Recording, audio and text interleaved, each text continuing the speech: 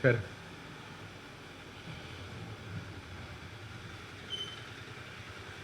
ഇങ്ങനെ ശ്രീരാമദേവൻ സീതാപരിണയം കഴിഞ്ഞു പരശുരാമൻ്റെ ഗർവമൊക്കെ അവസാനിപ്പിച്ച് വളരെ സന്തോഷത്തോടുകൂടിയാണ് അയോധ്യയിൽ നിവാസികൾക്കൊപ്പം എത്തിച്ചേർന്നത്. അയോധ്യയിൽ വലിയ ഉത്സവമായിരുന്നു. ശ്രീരാമദേവൻ്റെ മാത്രമല്ല, ഭരതൻ്റെയും ലക്ഷ്മണൻ്റെയും ശത്രുഘ്നൻ്റെയും ഒക്കെ വിവാഹം ജനക മഹാരാജാവിൻ്റെ മക്കളുമായി നടന്നതിൽ ജനങ്ങൾ വളരെ സന്തോഷത്തിലായിരുന്നു. ഏതാണ്ട് ഒരു പക്ഷകാലം എന്ന് പറയുമ്പോൾ അത് വെളുത്തവാവിൻ്റെ കാലമായിരുന്നു. ആ പക്ഷകാലം മുഴുവൻ ആഘോഷിച്ചു നാട്ടുകാർ. എങ്ങും ആഘോഷത്തിൻ്റെ അലേടിയായിരുന്നു ശ്രീരാമൻ സീതാദേവിയെ പരിണയിച്ചതിൻ്റെ. ആളുകളൊക്കെ എല്ലാ ഭവനങ്ങളിലും ഇതൊരാഘോഷമായിരുന്നു. അവരുടെ ഭവനങ്ങളിലെ അവരവരുടെ ഭവനത്തിൽ നടന്ന ഒരു വലിയ ചടങ്ങ് പോലെയായിരുന്നു ആളുകൾ അത് ആഘോഷമായി കൊണ്ടു നടന്നത്. അങ്ങനെ കാലം കഴിഞ്ഞു പോയി. ദശരഥ മഹാരാജ വളരെ സന്തോഷത്തിലാണ്. തൻ്റെ ആഗ്രഹപ്രകാരം മക്കളൊക്കെ നല്ല നിലയിൽ വളരെ സ്നേഹനിധികളായ ഭാര്യമാരെ മക്കൾക്ക് കിട്ടി. ആ ഭവനത്തിലാകെ, ആ കൊട്ടാരത്തിലാകെ സന്തോഷം. അങ്ങനെ ഒരു ദിവസം ദശരഥ മഹാരാജാവ് കുളിക്കാനായി പുഴയിലേക്ക് പടവുകൾ ചവിട്ടി ഇറങ്ങുമ്പോൾ അറിയാതെ നിശ്ചലമായി കിടന്ന വെള്ളത്തിൽ തൻ്റെ മുഖം കണ്ടു. ആ മുഖത്തിൽ കണ്ട ചില വ്യത്യാസങ്ങൾ അദ്ദേഹത്തെ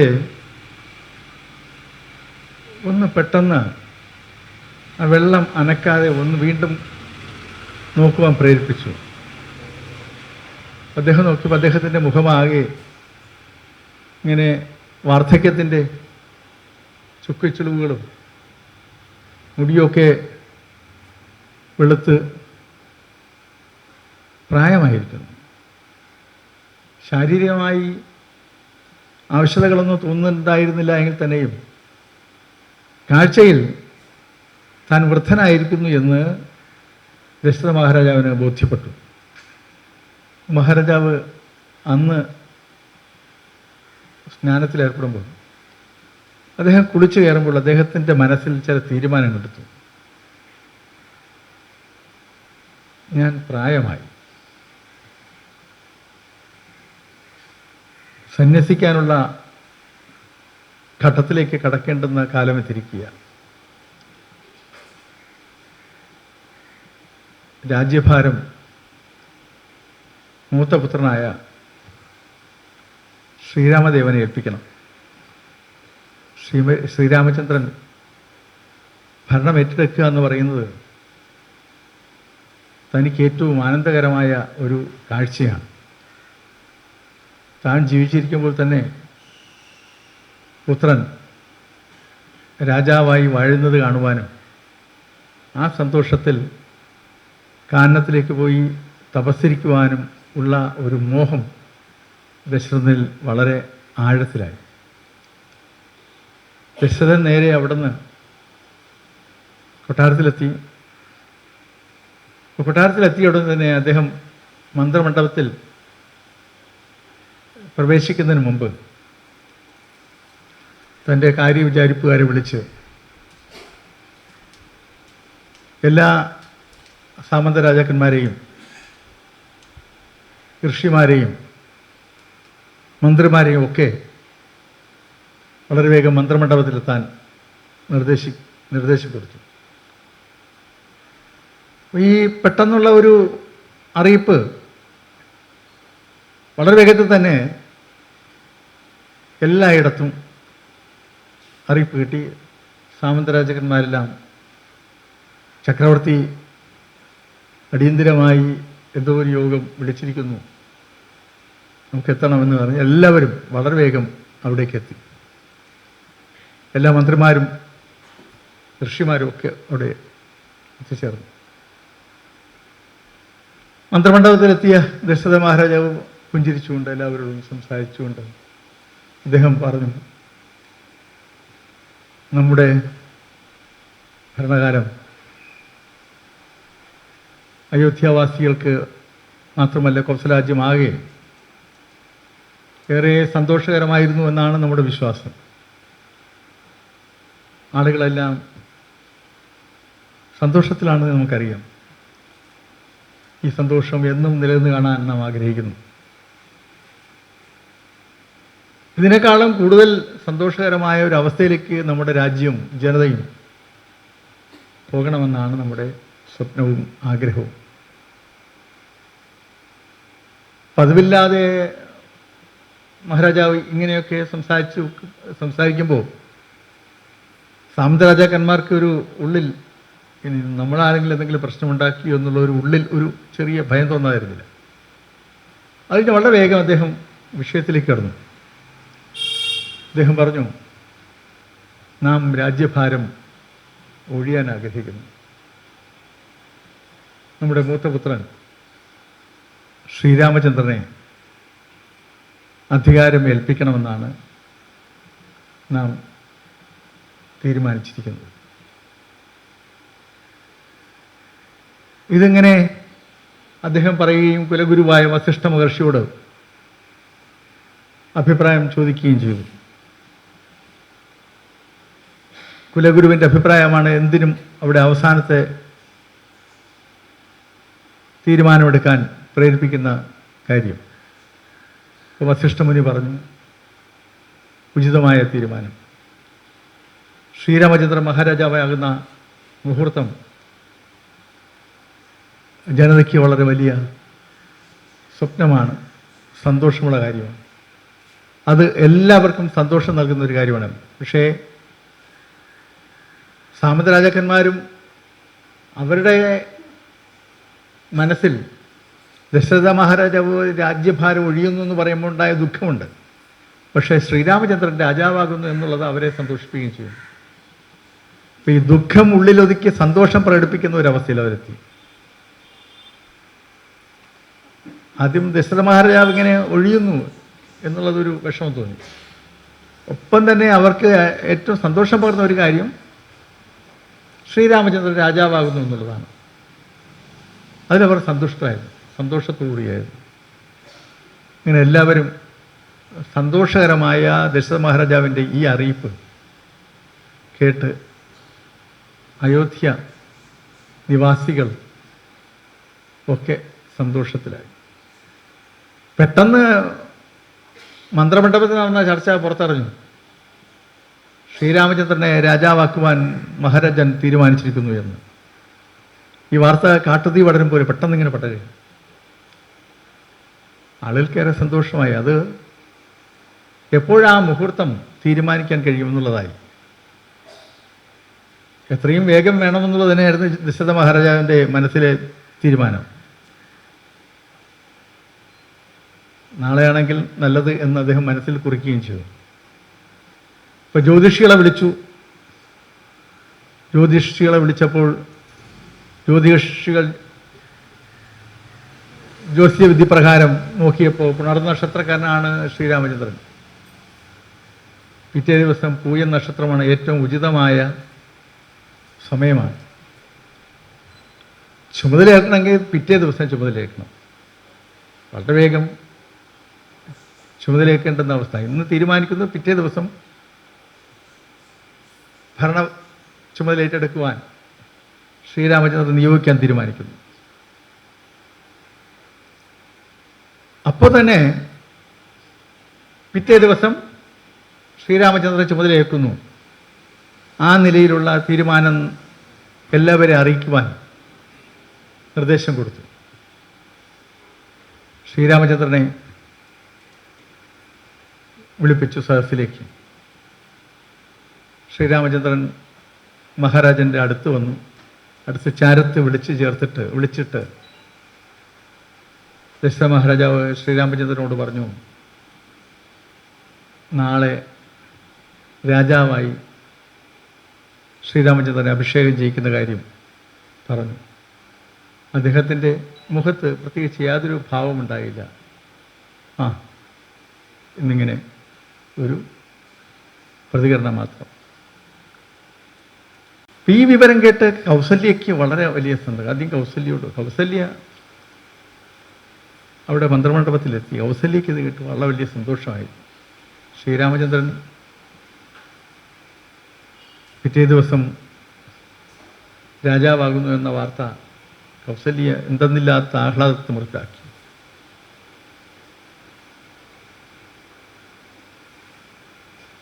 സുമിത്രാദേവിയും അറിഞ്ഞു. ഈ വിധം ശ്രീരാമചന്ദ്രനെ രാജാവാക്കാൻ തീരുമാനിച്ചത്. വളരെ സന്തോഷത്തിലായി. കൈകേയി മാതാവ് ആ സമയം നിദ്രയിലായിരുന്നതുകൊണ്ട് ആർക്കും ചെന്ന് വിളിച്ചുണർത്തി പറയാൻ പറ്റുമായിരുന്നില്ല.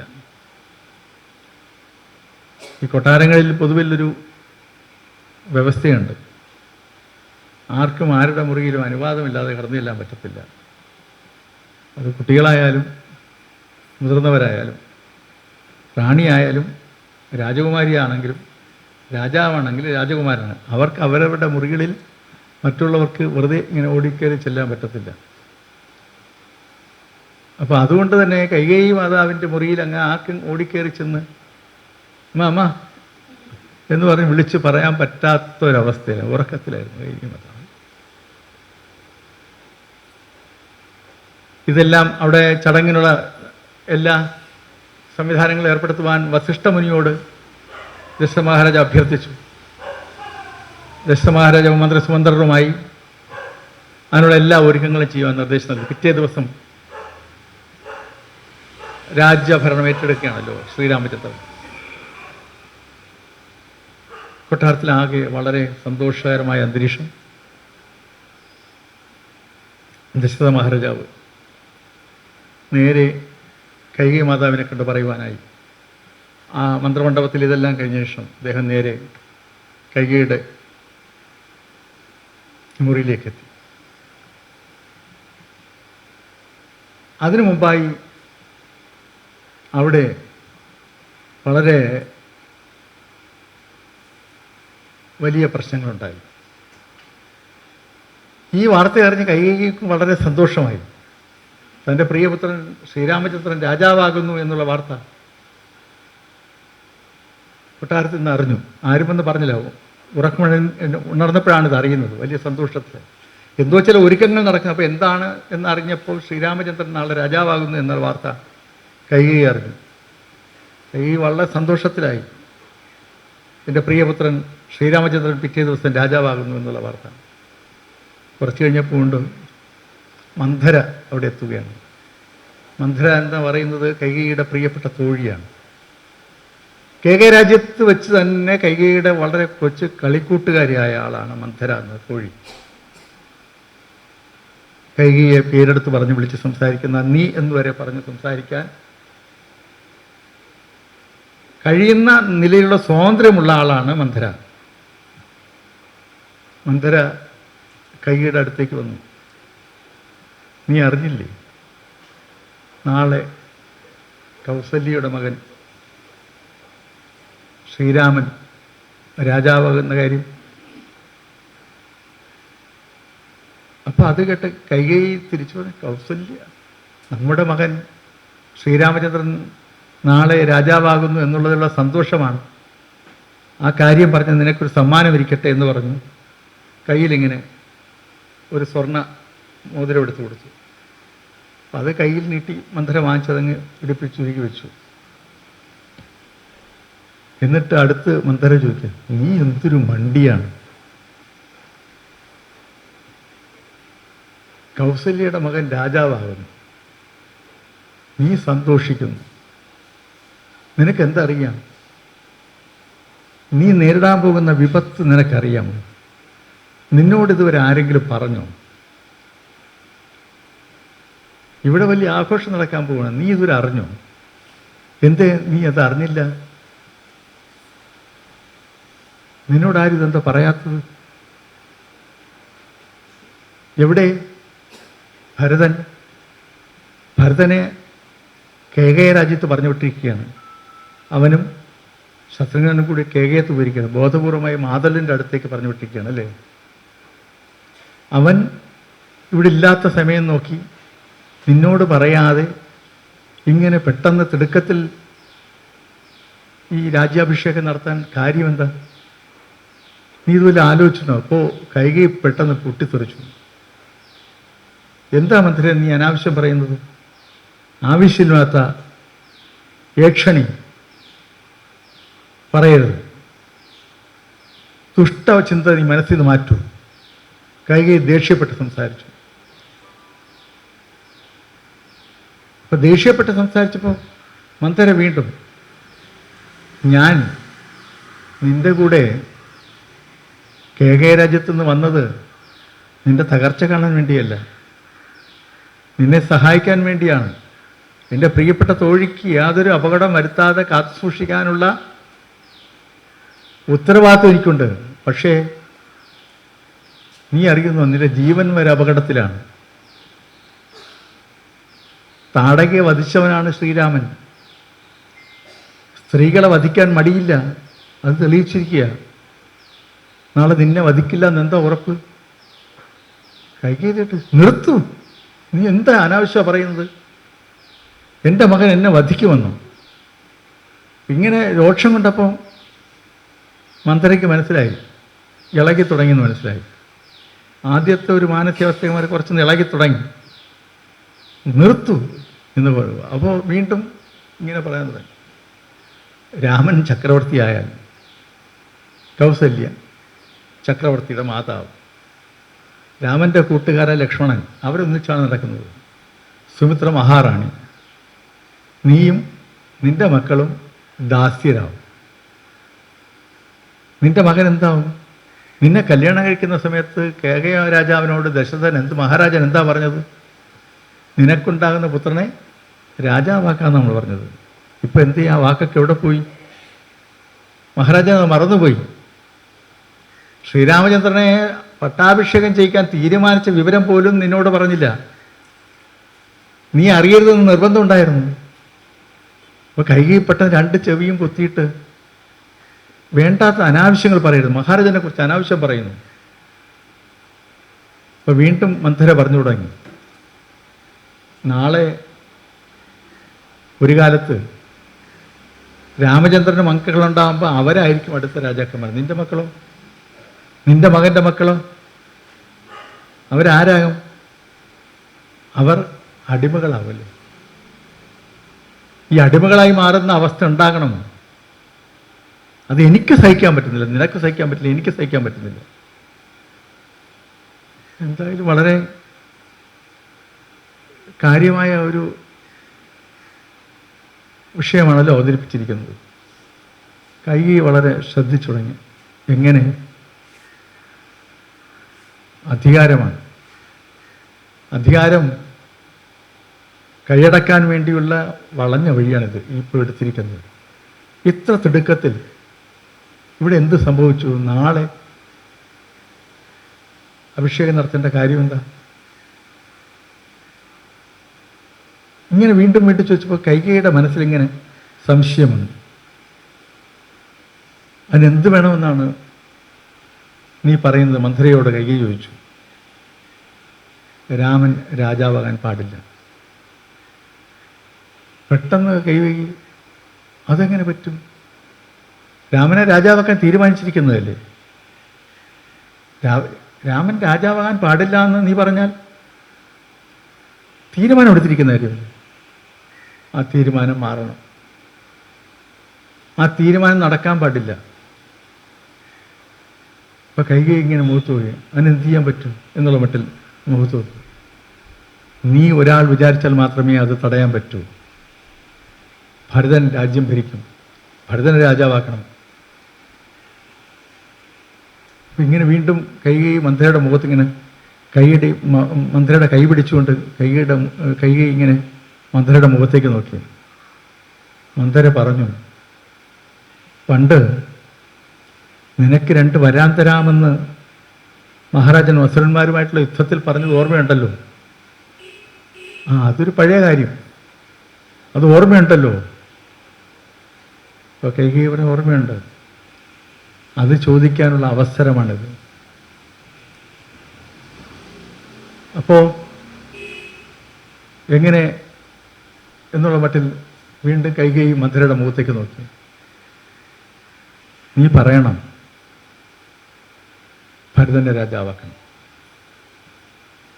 ഭരതൻ നാട് ഭരിക്കും എന്ന് മഹാരാജനോട് പറയണം.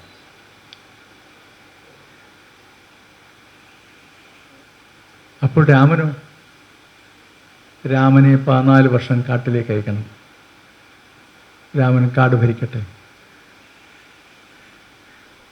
ഭരതൻ നാട് ഭരിക്കും, രാമൻ കാട് ഭരിക്കും. കാട്ടിലേക്ക് പോട്ടെ. ഇത് നീ ദശരഥ മഹാരാജനോട് ആവശ്യപ്പെടണം. ഇങ്ങനെ മന്ധര കൈകേയിയെ പറഞ്ഞ് കൈകേയി ഇങ്ങനെ ചാർജ് ചെയ്തു. കൈകേയിക്ക് ഇങ്ങനെ ഈ ഒരു മാനസികാവസ്ഥയിലെത്തി. രാമനെ കാട്ടിലേക്ക് അയക്കണം, ഭരതനെ രാജാവാക്കണം. രാമനെ കാട്ടിലേക്ക് അയക്കണം, ഭരതനെ രാജാവാക്കണം. 14 വർഷം രാമൻ കാട്ടിൽ പോകണം. ഇങ്ങനെ മനസ്സിൽ ഈ ഒരു മന്ത്രം പോലെ കൈകയുടെ മനസ്സിലിങ്ങനെ ഉരുണ്ടുകൂടി. മന്ത്രം പതുക്കെ അവിടെ നിന്ന് പോയി. കുറച്ച് കഴിഞ്ഞപ്പോഴാണ് ദശരഥ മഹാരാജാവ് വന്നത്. വലിയ സന്തോഷത്തിലാണ് ദശരഥ മഹാരാജാവിൻ്റെ വരവ്. നേരെ വന്ന് കൈകേയിയുടെ മുറിയുടെ അവിടെ വന്നിങ്ങനെ അന്തഃപുരമാണല്ലോ വന്ന് നേരെ വന്ന് കൈകേയിയുടെ മുറിൽ വന്നു. പ്രിയേ, കൈകേയി, നമ്മുടെ പുത്രൻ ശ്രീരാമചന്ദ്രനെ നാളെ രാജാവാക്കാൻ തീരുമാനിച്ചിരിക്കുകയാണ് എന്ന് പറഞ്ഞുകൊണ്ടാണ് കയറി വരുന്നത്. നീ അറിഞ്ഞോ? ഇത് വരുമ്പോൾ അവിടെ കൈകേയി തറയിൽ കിടക്കുകയാണ്. മുടിയൊക്കെ പിരുത്തിട്ട് തറയിൽ കിടന്ന് ഉരുണ്ട് അലമുറയിട്ട് നിലവിളിച്ചുകൊണ്ട് കിടക്കുന്ന രീതിയിൽ അവിടെ കിടക്കുക. മഹാരാജൻ പെട്ടെന്ന്, ഇതെന്ത് പറ്റി, നിനക്കിതെന്ത് പറ്റി? അപ്പോൾ കൈകേയും ഭയങ്കരമായിട്ട് അസ്വസ്ഥമായി പ്രതികരിക്കാൻ തുടങ്ങി. ഇങ്ങനെ പിറ്റേന്ന് നല്ല വിശേഷം നടക്കേണ്ടുന്ന കൊട്ടാരമാണ്. അപ്പോൾ രാജാവ് പറയും, നാളെ നമ്മുടെ പുത്രൻ ശ്രീരാമചന്ദ്രൻ രാജാവാകുന്ന ദിവസമാണ്, നീ ഇങ്ങനെ ദുഃഖിക്കാതിരിക്കും, ഇങ്ങനെ പ്രശ്നമുണ്ടാക്കാതിരിക്കും. എന്താ പ്രശ്നം? പ്രശ്നമൊന്നും മഹാരാജൻ അറിയില്ല അല്ലേ? എന്താ എൻ്റെ പുത്രന് കുഴപ്പം? ചോദ്യം. എൻ്റെ പുത്രൻ എന്താ തകരാറ്? ഭരതൻ നമ്മുടെ പ്രിയപുത്രനല്ലേ? പെട്ടെന്ന് മഹാരാജൻ മറുപടി പറഞ്ഞു, ഭരതൻ നമ്മുടെ പ്രിയപുത്രനല്ലേ?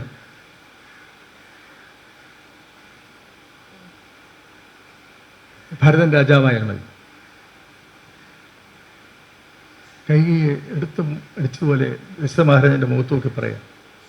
ഇത് മഹാരാജാവ് പറഞ്ഞു, അല്ല, ശ്രീരാമചന്ദ്രൻ രാജാവാക്കാൻ നാം തീരുമാനിച്ചു. മഹാരാജൻ എനിക്ക് 2 വാക്ക് തന്നിട്ടുണ്ട്, എനിക്ക് 2 വരം തന്നിട്ടുണ്ട്, തരാമെന്ന് ഒരു വാക്ക് തന്നിട്ടുണ്ട്. മഹാരാജൻ വാക്ക് പാലിക്കുന്നുണ്ടോ? വാക്ക് പാലിക്കുക എന്ന് പറയുന്ന പ്രധാനപ്പെട്ട കാര്യമാണ്. സൂര്യവംശ രാജാക്കന്മാരുടെ അടിസ്ഥാന സ്വഭാവം തന്നെ പറയുന്ന വാക്ക് പാലിക്കുക എന്നുള്ളതാണ്. വാക്ക് പാലിക്കാൻ വേണ്ടി ഏതറ്റം വരെയും പോകും, ജീവൻ വരെ കൊടുക്കാൻ തയ്യാറാണ്. പെട്ടെന്ന് ആ പഴയ വരം കൊടുത്ത വിശേഷം കൈകേയി ഓർമ്മിപ്പിച്ചു. മഹാരാജൻ അതിങ്ങനെ ഓർത്തുകൊണ്ട് നിൽക്കുമ്പോൾ കൈകേയി പറഞ്ഞു, ഭരതൻ രാജാവാകണം. അപ്പോൾ ഭരതനെ രാജാവാക്കുക എന്നുള്ളത് ഇങ്ങനെ ആവശ്യപ്പെടുമ്പോൾ ദശരഥ മഹാരാജാവ് ഒരു നിമിഷം അങ്ങനെ വരമാണെങ്കിൽ അങ്ങനെ ആകാമെന്നുള്ള മട്ടിലൊരു മാനസികാവസ്ഥ. അടുത്ത വരം ചോദിച്ചു, ശ്രീരാമചന്ദ്രനെ കാട്ടിലേക്ക് അയക്കണം 14 വർഷം. ഇത് കേട്ടണം ദശരഥ മഹാരാജാവ്, ദുഷ്ടേ, നീ ഇതെന്തായി പറയുന്നത്? നമ്മുടെ പ്രിയപുത്രൻ ശ്രീരാമചന്ദ്രനെ വനത്തിലേക്ക് അയക്കാനോ കാട്ടിലേക്ക് അയക്കാനോ? ഇത് പറഞ്ഞു ദശരഥ മഹാരാജാവ് മയങ്ങി വീണു. അപ്പം ഈ ദുഷ്ടേ, കുലടേ എന്നൊക്കെ വിളിക്കാൻ വളരെ അസ്വസ്ഥമായി. കൈകേയ്ക്ക് യാതൊരു മാറ്റവുമില്ല. കൈകൈ ഇങ്ങനെ വളരെ കരുത്തോടെ നിന്നുകൊണ്ട് തന്നെയാണ് ദശരഥ മഹാരാജാവിനോട് ഈ കാര്യം ചോദിച്ചത്. അപ്പം ദശരഥ മഹാരാജാവ് അവിടെ കിടന്നുകൊണ്ട് വീണ്ടും വീണ്ടും ഇങ്ങനെ പറയുകയാണ്, എൻ്റെ പുത്രനെ കാട്ടിലേക്ക് അയക്കാനും, എൻ്റെ പ്രിയപുത്രനാണ് ശ്രീരാമചന്ദ്രൻ ഞാനിങ്ങനെ കാട്ടിലേക്ക് അയക്കും. ഇങ്ങനെ ഓർമ്മയില്ലെങ്കിലും ഓർമ്മ തെളിയുമ്പോഴൊക്കെ ഇതിങ്ങനെ രാമ രാമ എന്ന് വിളിച്ചുകൊണ്ട് ഇങ്ങനെ പറയും. ആകെ അസ്വസ്ഥമായി. ദശരഥ മഹാരാജാവ് ഇടയ്ക്ക് ഓർമ്മ വന്നപ്പോൾ കൈകേയിയുടെ കാലിൽ കെട്ടിപ്പിടിച്ചു. ഞാൻ നിൻ്റെ കാല് പിടിക്കുന്നു. ചക്രവർത്തിയാണ് മഹാരാജൻ. ദശരഥ മഹാരാജ മഹാചക്രവർത്തി, ലോകം കീഴടക്കിയ മഹാചക്രവർത്തി കൈകേയിയുടെ കാലിൽ പിടിക്കുകയാണ്. എൻ്റെ പുത്രനെ നീ കാട്ടിലേക്ക് അയക്കരുത്. വീണ്ടും കൈകേയി പറയണം, വാക്ക് പാലിക്കുന്നുണ്ടോ എന്നാണ് ചോദിച്ചത്. ദശരഥ മഹാരാജാവ് ബോധരഹിതനായി വീണു. കൈകേയി അവിടെ അന്ന് രാത്രി അവിടെ കൈകേയി. പിറ്റേന്ന് രാവിലെ രാജ്യഭാരം ഏറ്റെടുക്കുന്നതിനുള്ള എല്ലാ തയ്യാറെടുപ്പുകളും അവിടെ പൊതുവിൽ അയോധ്യ ഒരുങ്ങി. സാമന്ത രാജാക്കന്മാരെല്ലാം അതിരാവിലെ തന്നെ അവിടെ എത്തിച്ചേർന്നു. എല്ലാ ഒരുക്കങ്ങളും നടക്കുകയാണ്. ഈ സമയം വസിഷ്ഠമുനി അവിടെ എത്തുകയാണ്. ഇങ്ങനെ സംഭവവികാസങ്ങൾ, എന്തോ അപ്രിയ സംഭവവികാസങ്ങൾ ഉണ്ടാകുന്നതായിട്ട് വസിഷ്ഠമുനി അറിഞ്ഞു. പക്ഷെ അദ്ദേഹം കൈകേയിയുടെ മുറിയുടെ ഭാഗത്തേക്ക് പോയില്ല. എന്തോ ചില അസ്വസ്ഥത, എന്താണ് കാര്യമെന്ന് അറിഞ്ഞില്ല, അസ്വസ്ഥതകളുള്ളതായിട്ട് അറിഞ്ഞു. മഹാരാജൻ പോയിട്ട് മഹാരാജൻ പിന്നെ പുറത്തു വന്നില്ല. രാവിലെ ശ്രീരാമദേവൻ ഇങ്ങനെ സത്യപ്രതിജ്ഞാ ദിവസമാണല്ലോ, രാവിലെ ഒരുങ്ങി സത്യപ്രതിജ്ഞ ചെയ്യുവാനുള്ള വേഷത്തിൽ വരുമെന്നാണ് പ്രതീക്ഷിച്ചത്. പക്ഷെ നേരെ ശ്രീരാമദേവൻ ആദ്യം കൈകേയി മാതാവിൻ്റെ അടുത്തായിരുന്നു. വന്ന് നേരെ കൈകേയി മാതാവിനെ കാണാൻ വരുമ്പോൾ അമ്മേ എന്ന് വിളിച്ചുകൊണ്ട് കയറി വരികയാണ്. അപ്പം കണ്ട ഉടൻ തന്നെ കൈകേയി ശ്രീരാമൻ്റെ മുഖത്ത് നോക്കി പറഞ്ഞു, മഹാരാജൻ 2 കാര്യങ്ങൾ രാമനോട് പറയാൻ എന്നോട് ആവശ്യപ്പെട്ടിരിക്കുകയാണ്. ഒന്ന്, ഭരതൻ രാജാവാകണം. ശ്രീരാമൻ സന്തോഷപൂർവ്വം. 2, 14 വർഷം കാട്ടിലേക്ക് പോകണം ശ്രീരാമൻ. ഇപ്പം രാജാവിൻ്റെ കൽപ്പന അമ്മ പറഞ്ഞാലും മതിയല്ലോ, അച്ഛൻ പറയേണ്ടത് അമ്മ പറഞ്ഞാലും മതി എന്നുള്ള മട്ടിൽ ശ്രീരാമൻ അത് കേട്ടു. വളരെ നിർവികാരമായി അത് കേട്ടു. ദശരഥ മഹാരാജ അവിടെ കിടക്കണം, അങ്ങോട്ട് കയറാൻ പറ്റില്ല, അനുവാദമില്ലല്ലോ, മാതാവ് അനുവദിച്ചില്ല, അങ്ങ് കയറിപ്പോയി കാണാൻ പറയുന്നില്ലല്ലോ. പക്ഷെ അവിടെ നിന്ന് ദശരഥ മഹാരാജാവ് കിടക്കുന്ന ഭാഗത്തേക്ക് നോക്കി ഒന്ന് തൊഴുതുകൊണ്ട് ശ്രീരാമൻ അവിടെ നിന്നിറങ്ങി നേരെ കൗസല്യ മാതാവിൻ്റെ മുറിയിൽ അവിടെ ചെല്ലുക. അപ്പോൾ കൗസല്യ മാതാവ് ഇത് കണ്ടപ്പോൾ ശ്രീരാമൻ ഇങ്ങനെ വളരെ സാധാരണ വേഷത്തിൽ ചെന്നത് കണ്ടുകൊണ്ട്, മോനെ രാമചന്ദ്ര, ഇന്ന് പട്ടാഭിഷേകമല്ലേ, എന്താ അതിൻ്റെ ഒരുക്കങ്ങളൊന്നും കണ്ടില്ല? അപ്പോൾ ശ്രീരാമചന്ദ്രൻ പറഞ്ഞു, സംഭവങ്ങൾ പറഞ്ഞു. കൈകേയി മാതാവ് നമ്മോട് ആവശ്യപ്പെട്ടിരിക്കുന്നു ഭരതൻ രാജാവാകണം. അത് കേട്ട മാത്രമേ തന്നെ കൗസല്യ പറഞ്ഞു, നന്നായി, ഭരതൻ നമ്മുടെ പ്രിയപുത്രനാണ്, ഭരതൻ രാജാവാകുന്നത് വളരെ സന്തോഷമുള്ള കാര്യമാണ് എന്നാണ് കൗസല്യ പ്രതികരിച്ചത്. അടുത്ത വിശേഷം പറഞ്ഞു, നാം 14 വർഷം കാട്ടിലേക്ക് പോകണം എന്ന് അമ്മ പറഞ്ഞിട്ടുണ്ട്, കൈകേയി മാതാവ് പറഞ്ഞു. അത് കൗസല്യയ്ക്ക് താങ്ങാനായില്ല. കൗസല്യ പെട്ടെന്ന് അസ്വസ്ഥയായി. അപ്പോൾ ശ്രീരാമദേവൻ കൗസല്യയോട് വളരെ ശാന്തമായി പറഞ്ഞു, അമ്മേ, വനത്തിൽ പോകുന്നത് നല്ലതാണ്. വിശ്വാമിത്ര മഹർഷിയോട് ഒപ്പം വനത്തിൽ പോയതുകൊണ്ട് നാം എന്തെല്ലാം വിദ്യകൾ അഭ്യസിച്ചു. ഇപ്പോൾ വനത്തിൽ പോകുമ്പോൾ ധാരാളം ഋഷിമാരെ കാണാൻ പറ്റും, ധാരാളം കാര്യങ്ങൾ അറിയുവാനും മനസ്സിലാക്കുവാനും കഴിയും. അതൊരു വലിയ അവസരമാണ്. അതുകൊണ്ട് അമ്മ അനുഗ്രഹിക്കണം. കാരണം അറിവ് കിട്ടാൻ പറ്റിയ ഏറ്റവും വലിയ മാർഗമാണ് ഋഷിമാരെടുത്ത് പോവുക എന്ന് ശ്രീരാമദേവൻ ഇങ്ങനെ കൗസല്യ മാതാവിനോട് പറയുമ്പോൾ കൗസല്യ മാതാവ് അത് കേട്ട അവസാനം അനുഗ്രഹിക്കുകയാണ് ചെയ്തത്. സുമിത്രാദേവി ഈയുടെ അടുത്തേക്ക് സുമിത്രാദേവി ഇത് കേട്ട് വിഷമമുണ്ടായെങ്കിൽ തന്നെയും ശ്രീരാമചന്ദ്രൻ്റെ നിലപാട് ശരിയുടെ നിലപാടാണ് എന്ന് അറിയുന്ന മാതാവാണ് സുമിത്രാദേവി. സുമിത്രാദേവി ശ്രീരാമചന്ദ്രനെ അനുഗ്രഹിച്ചുകൊണ്ട് എല്ലാ മംഗളങ്ങളും നേടും. ഈ സമയം ഈ വിവരം അറിഞ്ഞ് ലക്ഷ്മണൻ അവിടെ എത്തിച്ചേരുകയാണ്. ലക്ഷ്മണൻ കോപം കൊണ്ട് വിറയ്ക്കുകയായിരുന്നു. ലക്ഷ്മണൻ വില്ലെടുത്തു, ഞാണലിടാൻ തീരുമാനിച്ചു. ഭരതനെ ഞാൻ വധിക്കും എന്ന് പറഞ്ഞുകൊണ്ട്, ശ്രീരാമചന്ദ്രനല്ലാതെ എൻ്റെ ജ്യേഷ്ഠനല്ലാതെ മറ്റൊരാളിവിടെ രാജാവാകാൻ പറ്റില്ല എന്ന് പറഞ്ഞ് ലക്ഷ്മണൻ വില്ലെടുത്ത് കുലയ്ക്കാൻ തീരുമാനിച്ചു. ഭരതനെ വധിക്കുമെന്ന് ആക്രോശിച്ചുകൊണ്ട്.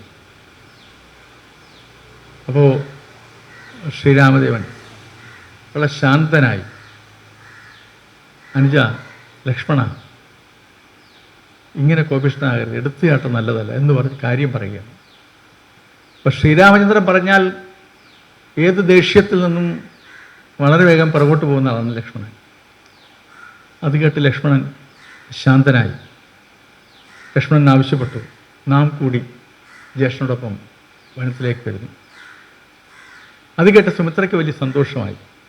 സുമിത്ര ലക്ഷ്മണനെ അനുഗ്രഹിച്ചു.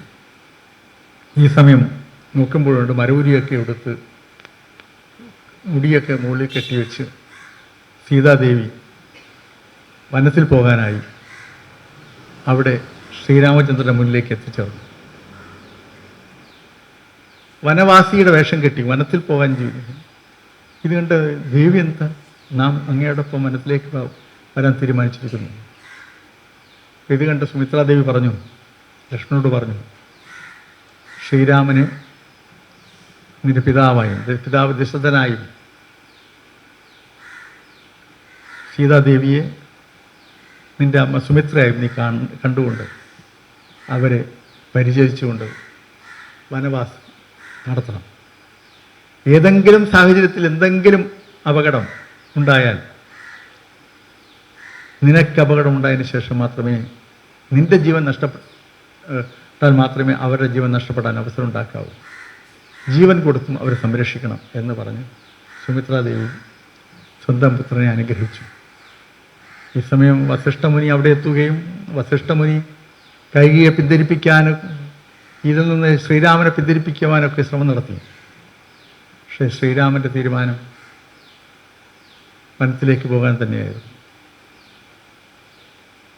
മന്ത്രമണ്ഡപത്തിലെത്തിയ സാമന്ത രാജാക്കന്മാരും മറ്റു നാട്ടുകാരും ഒക്കെ തന്നെ ഇതിനകം തന്നെ ഈ സംഭവവികാസങ്ങളൊക്കെ അറിഞ്ഞു കഴിഞ്ഞിരുന്നു. അവരെല്ലാം ശ്രീരാമദേവൻ ചക്രവർത്തിയാകുന്ന മഹാരാജാവാകുന്ന മുഹൂർത്ത സ്വപ്നം കണ്ടെത്തിയ ആളുകൾ കേട്ടത് ഇടിത്തീ പോലുള്ള ഈ ഒരു വാർത്തയായിരുന്നു. ശ്രീരാമദേവൻ കാട്ടിലേക്ക് പോകുന്നു, ഭരതൻ രാജാവ്.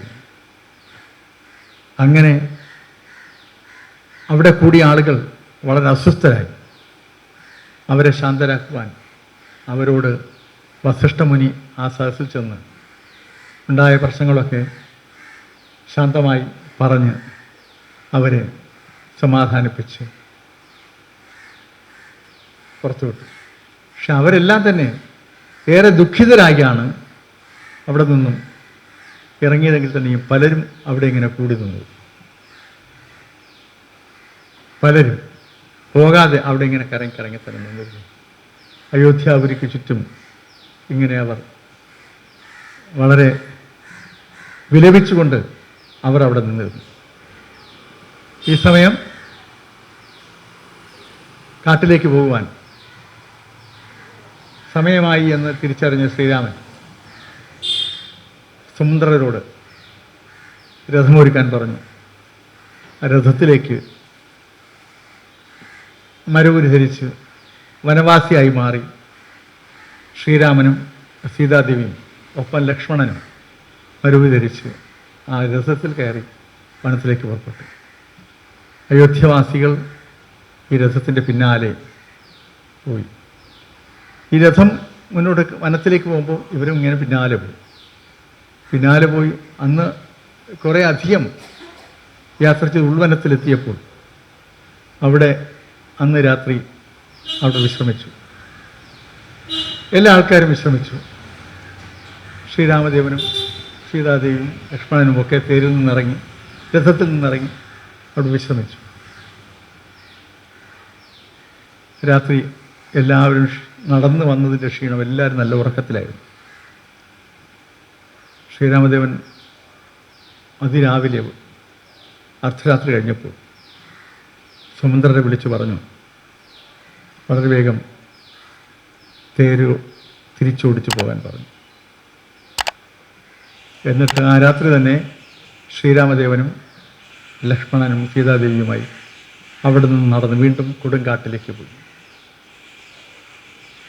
രാവിലെ ഉണർന്ന ആളുകൾ നോക്കുമ്പോൾ രഥം മടങ്ങിപ്പോയിരിക്കുന്നു. ഓ, ശ്രീരാമചന്ദ്രൻ ഭഗവാൻ അയോധ്യയിലേക്ക് മടങ്ങിപ്പോയി എന്നത് കണ്ട് സന്തോഷത്തോടെ അവരെല്ലാം അയോധ്യയിലേക്ക് മടങ്ങി.